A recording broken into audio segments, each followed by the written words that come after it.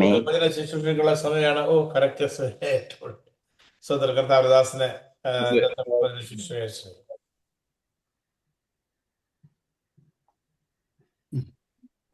അതിപരിശുദ്ധ നാമത്തിൽ ഞാൻ നന്ദിയോടെ സ്തോത്രം ചെയ്യുന്നു. ഒരു നല്ല ശനിയാഴ്ച ദിവസം പ്രഭാതകാലം നമുക്ക് ഇന്ത്യയിലും ഇസ്രായേലിലും സന്ധ്യാസമയം ഇന്ത്യയിലും പ്രഭാതകാലം അമേരിക്കയിലും പിന്നെ മധ്യാഹ്നം കഴിഞ്ഞ് ഇസ്രായേലിലും അങ്ങനെ ലോകത്തിന്റെ വിവിധ ഭാഗങ്ങളിലുള്ള എല്ലാവർക്കും യേശുക്രിസ്തുവിന്റെ നാമത്തിൽ ഞാൻ എൻ്റെ സ്നേഹവന്ദനത്തെ അറിയിക്കുന്നു. ആഴ്ചവട്ടത്തിന്റെ അവസാനം വരെയും ദൈവമായ യഹോവയുടെ കണ്ണ് നമ്മുടെ മേലിരുന്ന് നമ്മളെ നടത്തി. ദൈവത്തിന് സ്തോത്രം. ഞാനൊരു പ്രത്യേക വിഷയത്തെക്കുറിച്ച് സംസാരിക്കുന്ന പ്രസംഗമല്ല, ഒരു ബൈബിൾ ക്ലാസ് മാതിരി ആണ് എടുക്കാൻ പോകുന്നത്. ദൈവത്തിന് സ്തോത്രം ചെയ്യുന്നു. ഈ കോടതിയിലെ വക്കീലന്മാർ തമ്മിൽ വാദിക്കും പ്രതിക്കും വേണ്ടി വാദിച്ചു കഴിഞ്ഞിട്ട് ഈ ജഡ്ജി അതിനൊരു തീരുമാനം എടുക്കും, അല്ലെ, ഒരു തീർപ്പ് കൽപ്പിക്കും. അതിനാണ് നമ്മൾ പറയുന്നത് ജഡ്ജ്മെന്റ് അല്ലെങ്കിൽ വിധി ഇല്ലെന്ന് നമ്മൾ പറയുന്നത്, അല്ലേ. ഒരു കുറ്റവാളി ചെയ്ത തെറ്റിന്റെ ഗ്രേഡ് അനുസരിച്ചും രാജ്യത്തിന്റെ നിയമവും അനുസരിച്ചായിരിക്കും ജഡ്ജി അത് ജഡ്ജ്മെന്റ് വിധിക്കുക, അല്ലേ. ആദ്യം ജഡ്ജ്മെന്റ് വിധിക്കുന്നതിന് മുൻപ്, വിധിക്കുന്നതിന് മുൻപ് തന്നെ താൻ ചെയ്ത കുറ്റം എന്താണെന്ന് ആ പ്രതിയെ വായിച്ച് കേൾപ്പിക്കും.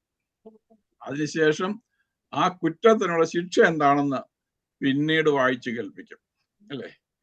ഈ ജഡ്ജ്മെന്റ് ഒരിക്കലും പ്രതിക്ക് അനുകൂലമായിരിക്കയില്ല, കുറ്റവാളിക്ക് പ്രതികൂലമായിരിക്കും.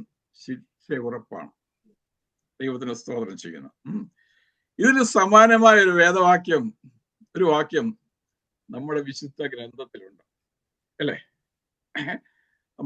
പ്രവചനത്തിലാണോ? അല്ല, കൊലോസ്യ ലേഖനത്തിലാണ്. കൊലോസ്യ ലേഖനം 2-ാം അധ്യായം 14-15 വാക്യങ്ങൾ. അതിക്രമങ്ങളൊക്കെയും നമ്മോട് ക്ഷമിച്ച ചട്ടങ്ങളാൽ നമുക്ക് വിരോധവും പ്രതികൂലവുമായിരിക്കുന്ന കയ്യെഴുത്ത് മായ്ച്ച് ക്രൂശിൽ തറച്ച് നടുവിൽ നിന്ന് നീക്കിക്കളഞ്ഞു. വാഴ്ചകളെയും അധികാരങ്ങളെയും ആയുധവർഗം വെപ്പിച്ച് ക്രൂശിൽ അവരുടെ മേൽ ജയോത്സവം കൊണ്ടാടി അവരെ പരസ്യമായ കാഴ്ചയാക്കി. ദൈവത്തിന് ഞാൻ നന്ദിയോടെ സ്തോത്രം ചെയ്യുന്നു. പൗലോസ് 1-ാം പ്രാവശ്യം റോമൻ കാരാഗ്രഹത്തിൽ കിടന്നപ്പോൾ 4 ലേഖനങ്ങൾ എഴുതിയ 2-ാമത്തെ ലേഖനമാണ് കൊലോസ്യ ലേഖനം. മറ്റ് 3 ലേഖനങ്ങളാണ് എഫേസ്യർ, ഫിലിപ്പർ, ഫിലമോൻ എന്നുള്ള ലേഖനങ്ങളൊക്കെ. അത് 4 മധ്യസഭകളാണ്. എഫേസ്യ ലേഖനത്തിൽ സഭ ക്രിസ്തുവിന്റെ ശരീരമായിരിക്കുന്നത് പോലെ കൊലോസ്യ ലേഖനത്തിലെ സഭ ക്രിസ്തുവിന്റെ തല ആയിരിക്കുന്നുണ്ട്, അല്ലേ. ദൈവത്തിന് സ്തോത്രം ചെയ്യുന്നു. ഈ കൊലോസ്യ ലേഖനം കൊലോസ്യ സഭയ്ക്ക് വേണ്ടി മാത്രം എഴുതിയതല്ല. അത് കൊലോസ്യ ലേഖനം നമുക്ക് 4:16 വായിച്ചേ. നിങ്ങളുടെ ഇടയിൽ ഈ ലേഖനം വായിച്ചു തീർന്ന ശേഷം ലവോദിക്ക സഭയിൽ കൂടെ വായിപ്പിക്കുകയും ലവോദിക്കയിൽ നിന്ന് ഉള്ളത് നിങ്ങൾ വായിക്കുകയും ചെയ്യുവേൻ. ലവോദിക്ക സഭയ്ക്ക് പൗലോസ് ഒരു ലേഖനം എഴുതിയായിട്ട് നമുക്ക് എങ്ങും കാണാൻ കഴിയുന്നില്ല. ഉണ്ടോ? അപ്പോസ്തലനായ പൗലോസ് ലവോദിക്കയ്ക്ക് എഴുതിയ ലേഖനം എങ്ങും നമുക്ക് കാണാൻ കഴിയുന്നില്ല. അത് എഫേസ്യ ലേഖനമാണെന്നാണ് ഞാൻ പറയുന്നത്. കാരണം എന്താന്ന് ചോദിച്ചാല് തല ഇവിടെയും ശരീരം അവിടെയും രണ്ടും കൂടെ ഒന്നിച്ച് പറയണം.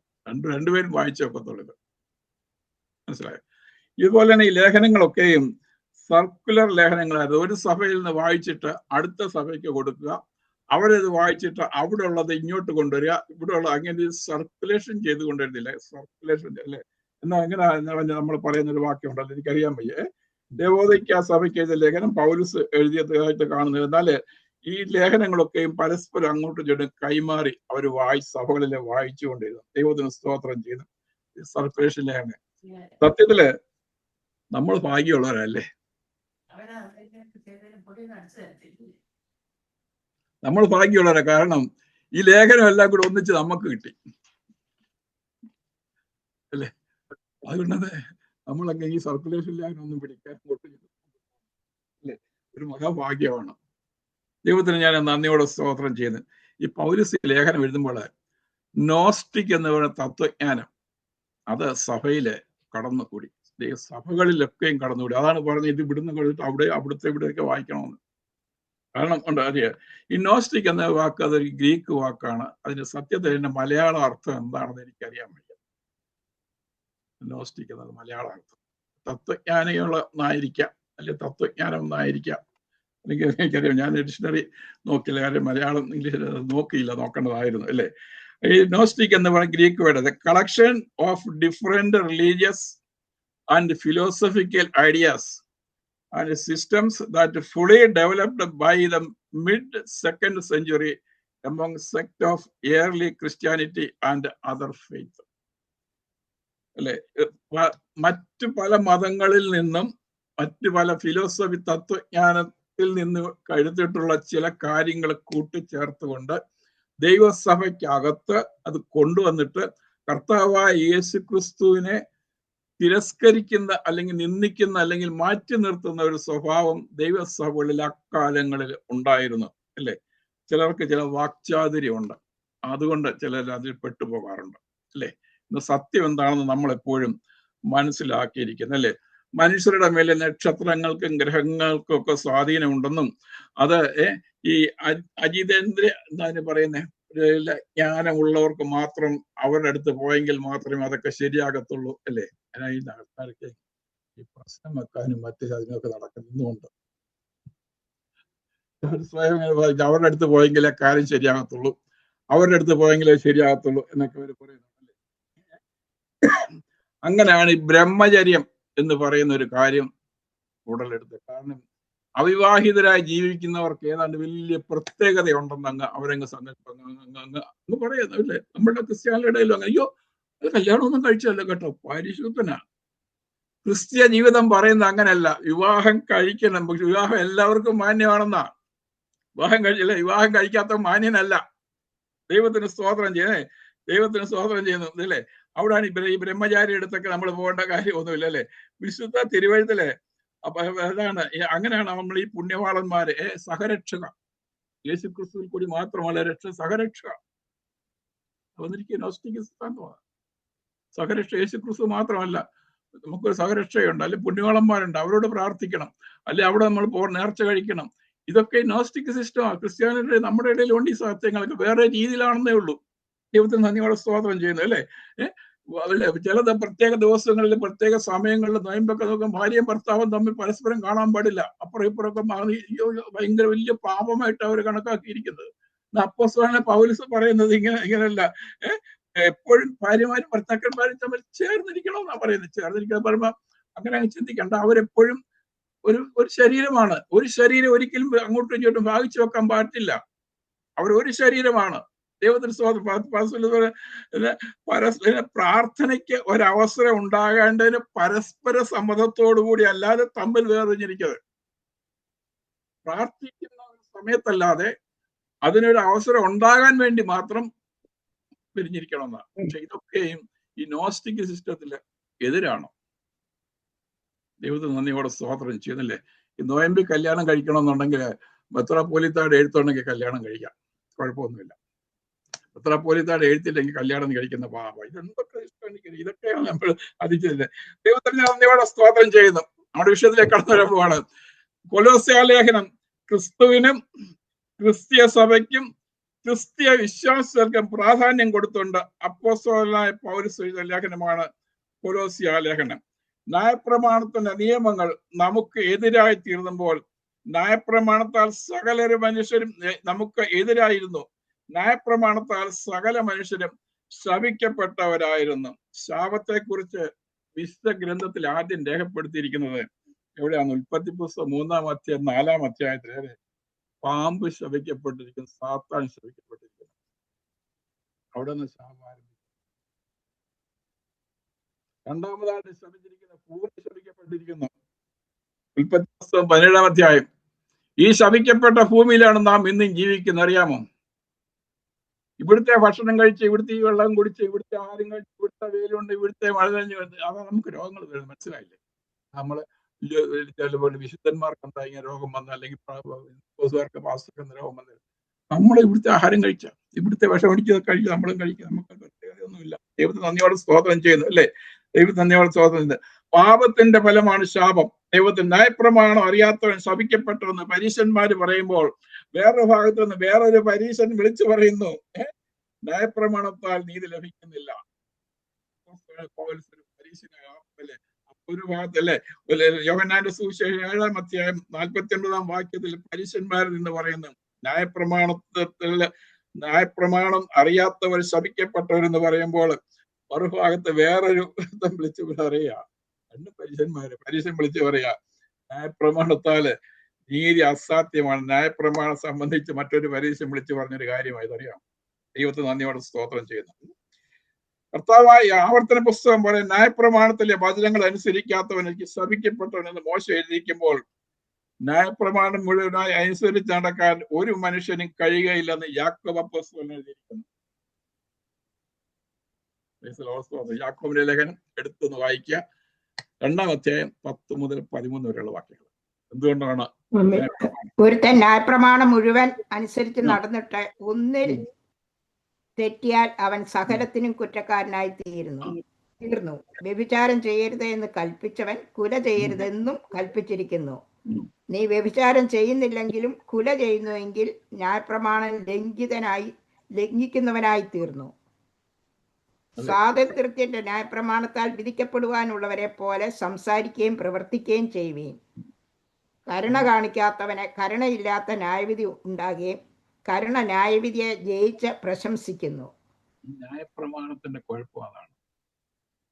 എല്ലാം ഒരുപോലെ ആചരിച്ചുകൊണ്ടിരിക്കും. അതിലേതെങ്കിലും ഒന്ന് തെറ്റിയാൽ അവിടം വരെയുള്ള എല്ലാം പോയി. ഈ ചില കാര്യങ്ങൾ ഈ ചീട്ട് കൊട്ടാരം കളിക്കുന്ന മാതിരി ഒന്നുകൂടി ചീട്ട് അതിനകത്ത് പറയും, ഷഡ്ഷേടുള്ള എല്ലാം കൂടെ മറിഞ്ഞു പോകുന്ന മാതിരി.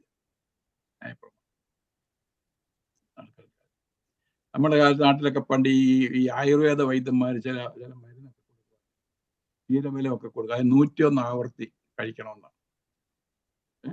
99 വരെ വളരെ ശരിയായിട്ട് ആചരിച്ച് 100ാമത്തെ ആവർത്തി ചെയ്തില്ലെങ്കിൽ ഈ 1 മുതൽ 99 100 വരെയുള്ളതും പോയി പിന്നെ 1 തുടങ്ങണമെന്നാണ്.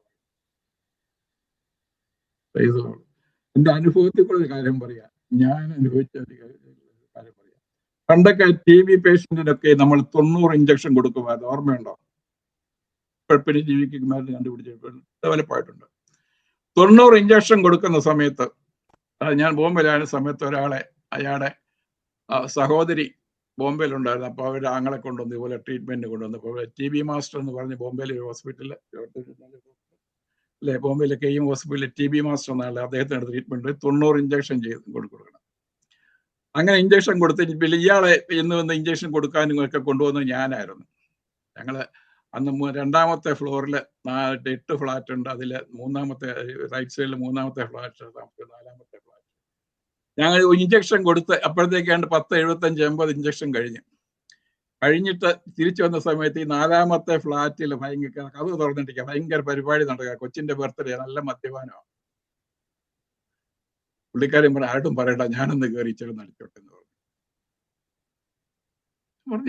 ഞാനിപ്പോ എന്ത് ചെയ്യാനാ? നിങ്ങളിപ്പോ പറഞ്ഞാൽ കേൾക്കത്തില്ലേ? നിങ്ങളുടെ ആരോഗ്യം, നിങ്ങളുടെ മനസ്സ്, നിങ്ങളുടെ ഇഞ്ചക്ഷനില്.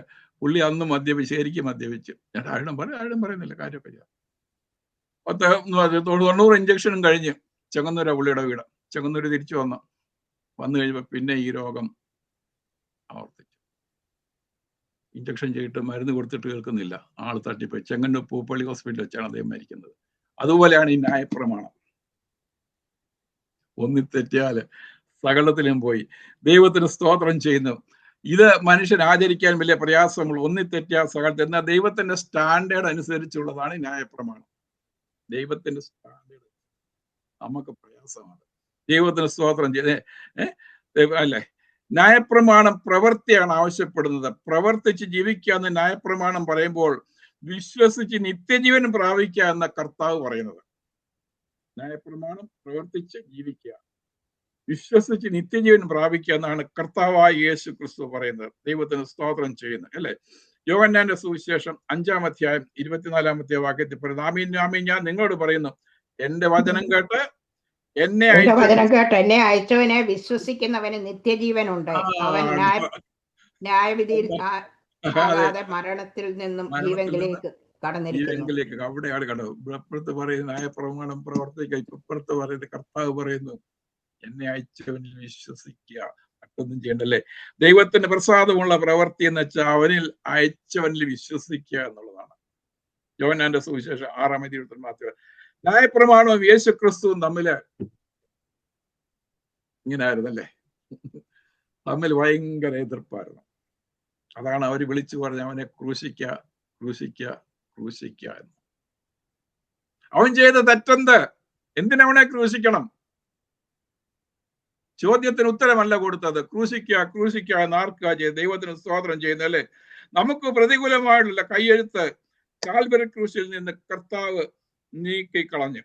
ഞാൻ വളരെ ചുരുക്കിയ സമയം അല്ലേ, നമ്മൾ സുവിശേഷങ്ങൾ വായിക്കുമ്പോൾ യേശു ക്രിസ്തു കാൽവരി ക്രൂശിൽ തന്നെ ക്രൂശിച്ച് കടന്നപ്പോൾ സമയത്ത് 6 മണി മുതൽ 9 മണി നേരം വരെ ദേശത്തൊക്കെയും വലിയ ഇരുട്ട് ഉണ്ടായി എന്ന് നമ്മൾ വായിക്കുന്നു അല്ലേ. അത് 3 ലേഖനങ്ങളിലും ഒരുപോലെ 3 സുവിശേഷങ്ങളുണ്ട്. മത്തായിലും മർക്കോസിലും ലൂക്കോസിലും ഉണ്ട്. യോഹന്നാന്റെ സുവിശേഷത്തിൽ അതില്ല. ഞാൻ പ്രത്യേകം നോക്കിയായിരുന്നു.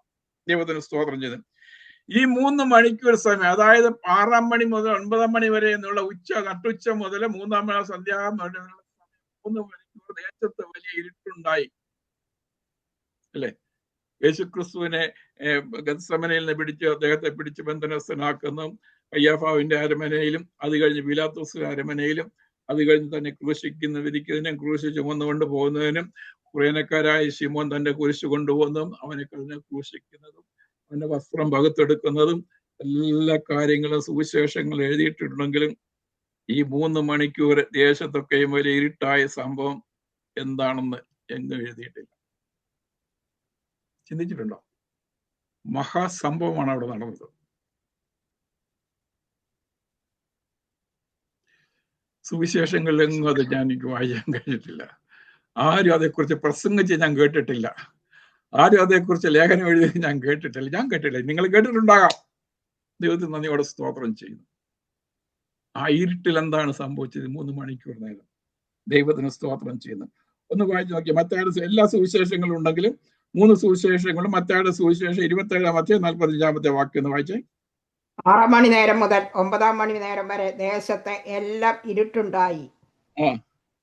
ഏകദേശം 9 മണി നേരത്തെ യേശു ലേലി ഏലി ലംബ ശബത്താനി എന്ന് ഉറക്ക നിലവിളിച്ചു. എന്റെ ദൈവമേ നീ എന്നെ കൈവിട്ടത് എന്ത് എന്നർത്ഥം. ഈ ഇരുട്ട് കഴിഞ്ഞപ്പോഴാണ് യേശു നിലവിളിച്ചെന്ന്, എന്റെ ദൈവമേ എന്നെ കൈവിട്ടതെന്ത്. വേറൊരു ഭാഗത്ത് നമ്മൾ വായിക്കുന്നത് എന്നെ നിലവിളിച്ചതിന്റെ പ്രാണനെ ഏൽപ്പിച്ചു കൊടുത്തുന്ന. ഇനി അതിന്റെ 50-51 വായിച്ചു നോക്കി. മത്തായിയുടെ സുവിശേഷം 27-50. യേശു പിന്നെയും ഉറക്ക നിലവിളിച്ച് പ്രാണനെ വിട്ടു. അപ്പോൾ മന്ദിരത്തിലെ തിരശീല മേൽ തൊട്ട് അടിയോളം 2ആയി ചീന്തിപ്പോയി. ഭൂമി കുലുങ്ങി, പാറകൾ പിളർന്നു, കല്ലറകൾ തുറന്നു പ്രാപിച്ച വിശുദ്ധന്മാരുടെ ശരീരങ്ങൾ പലതും ഉയർത്തെഴുന്നേറ്റ് അവന്റെ പുനരുദ്ധാനത്തിന് ശേഷം കല്ലറകളെ വിട്ടു. യേശു പ്രാണനെ വിട്ടു കഴിഞ്ഞപ്പോൾ ദേവാലയത്തിലെ തിരശീല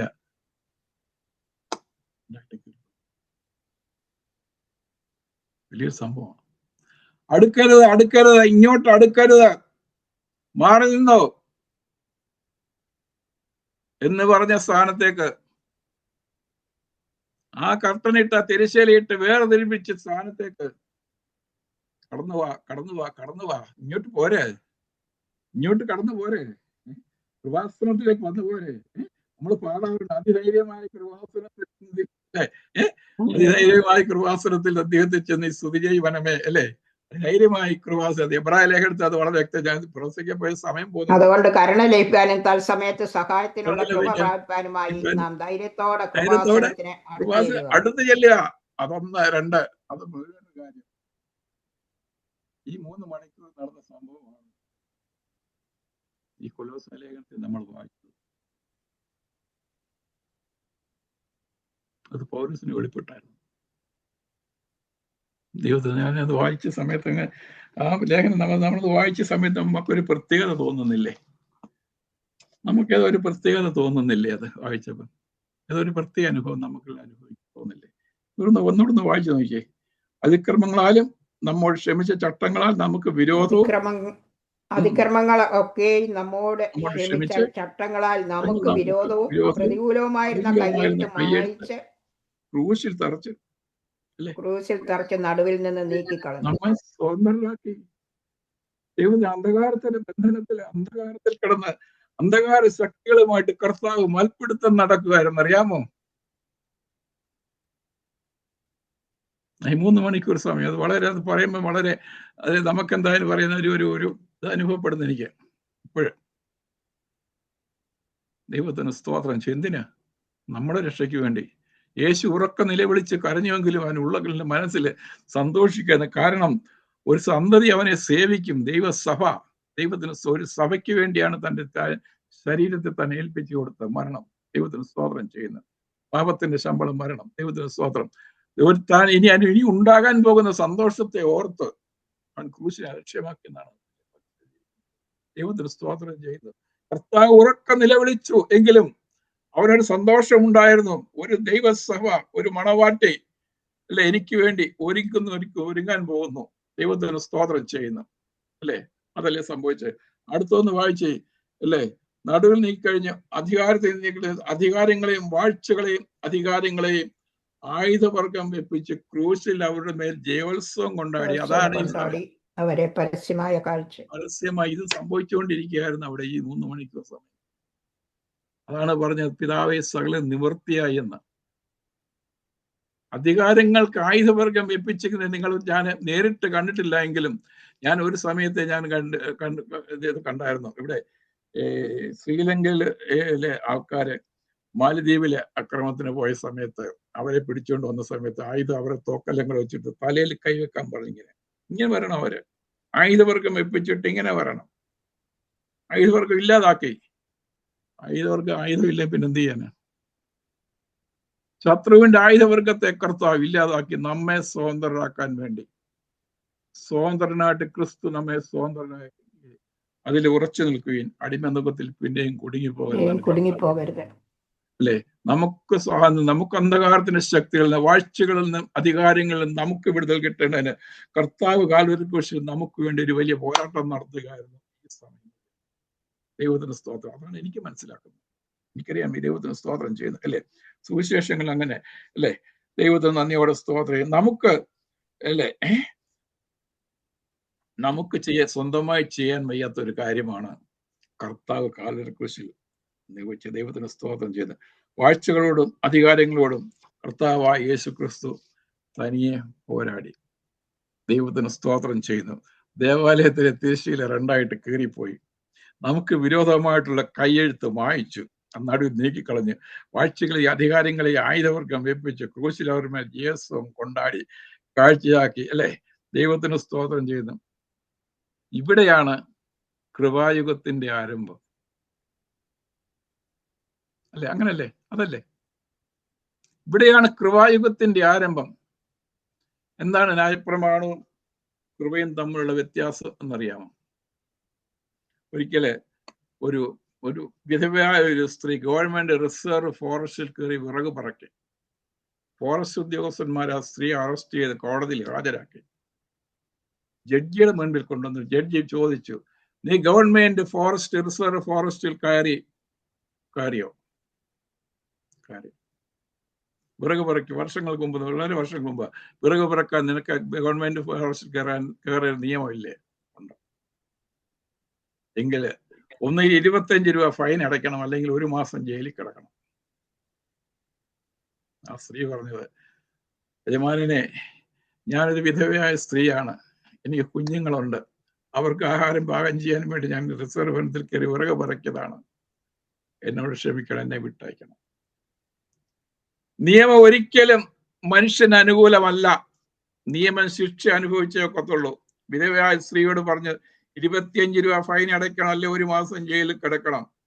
താൻ എത്ര കേണപേക്ഷിച്ചിട്ടും ന്യായാധിപൻ പറഞ്ഞു, സാധ്യമല്ല, നീ നിയമം ലംഘിച്ചിരിക്കുന്നു, ന്യായപ്രമാണം ലംഘിച്ചിരിക്കുന്നു. ഒടുവിൽ ആ നീതിയുള്ള ന്യായാധിപൻ തന്റെ പോക്കറ്റിൽ 25 രൂപ കോടതി മുൻപാകെ വെച്ചിട്ട് പറഞ്ഞു, നിനക്ക് വേണ്ടി ഞാൻ ഈ 25 രൂപ കോടതിയിൽ വെച്ച് നിന്നെ ഞാൻ ഇപ്പോൾ വിട്ടയക്കുന്നു. ഇതാണ് കൃപ എന്ന് പറയുന്നത്. ദൈവത്തിന് നന്ദിയോടെ സ്തോത്രം ചെയ്യുന്നു. ന്യായപ്രമാണം കരുണയില്ലാത്ത ഒരു യജമാനാണെങ്കിൽ ദൈവത്തിന് സ്തോത്രം. കൃപ, കർത്താവായ യേശു ക്രിസ്തുവിന്റെ കൃപ ദയയും കരുണയുമുള്ള ഒരു കർത്താവാണ്. ദൈവത്തിന് നന്ദിയോടെ സ്തോത്രം ചെയ്യുന്നു. ദൈവമായ കർത്താവ് നിങ്ങളെ ധന്യമായി അനുഗ്രഹിക്കും.